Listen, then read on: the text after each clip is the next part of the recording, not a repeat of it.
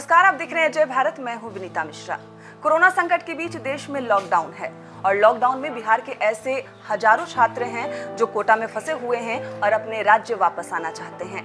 यहाँ पर रह रहे पीजी वाले बच्चों को खाना नहीं मिल रहा है क्योंकि यहाँ पर जितने भी ओपन मेस थे सारे के सारे बंद हो चुके हैं।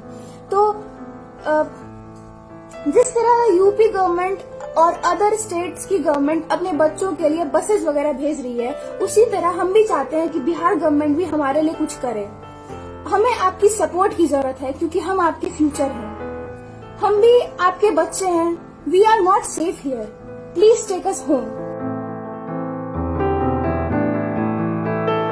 लेकिन नीतीश कुमार ने साफ इनकार कर दिया है। उनका कहना है कि इस तरह उन छात्रों को बिहार बुलाना लॉकडाउन के नियमों के साथ खिलवाड़ होगा।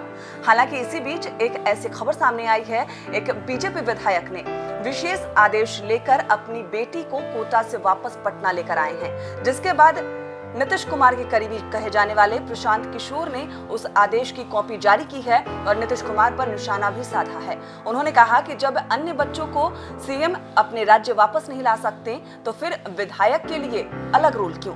विधायक की बेटी क्यों और कैसे पटना आई? और अब इस मामले ने तूल पकड़ लिया है। आपको बता दें कि बिहार सरकार के चीफ सेक्रेटरी ने सभी संबंधित अधिकारियों को सो कॉज किया है और पूछा है कि किन परिस्थितियों में उस विधायक को पास जारी किया गया। वहीं बिहार के डीजीपी ने भी इस मामले पर जांच के आदेश दिए हैं और कहा है कि इस मामले की जांच की जाएगी। सीओ पर भी एफआईआर हुआ, डीएसपी पर भी एफआईआर हुआ।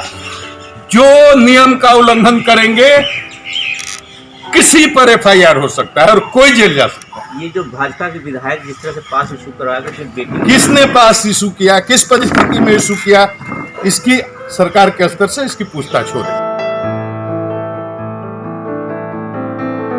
अगर कोई दोषी पाया गया तो सरकार उस पर कार्रवाई भी करेगी। आपको बता दें कि कोटा में बिहार के हजारों छात्र फंसे हुए हैं।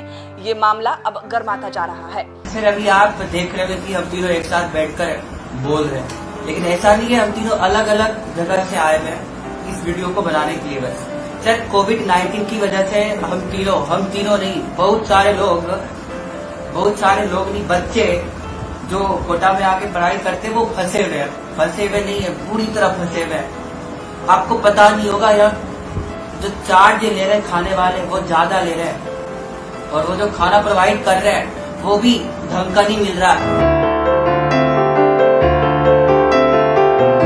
नेता प्रतिपक्ष तेजस्वी यादव ने भी सीएम नीतीश कुमार पर निशाना साधा है और कहा है कि अगर सीएम सक्षम नहीं है उन छात्रों को बिहार लाने में तो मैं उन छात्रों को बिहार लेकर आऊंगा, सिर्फ सीएम नीतीश कुमार मुझे परमिशन दे।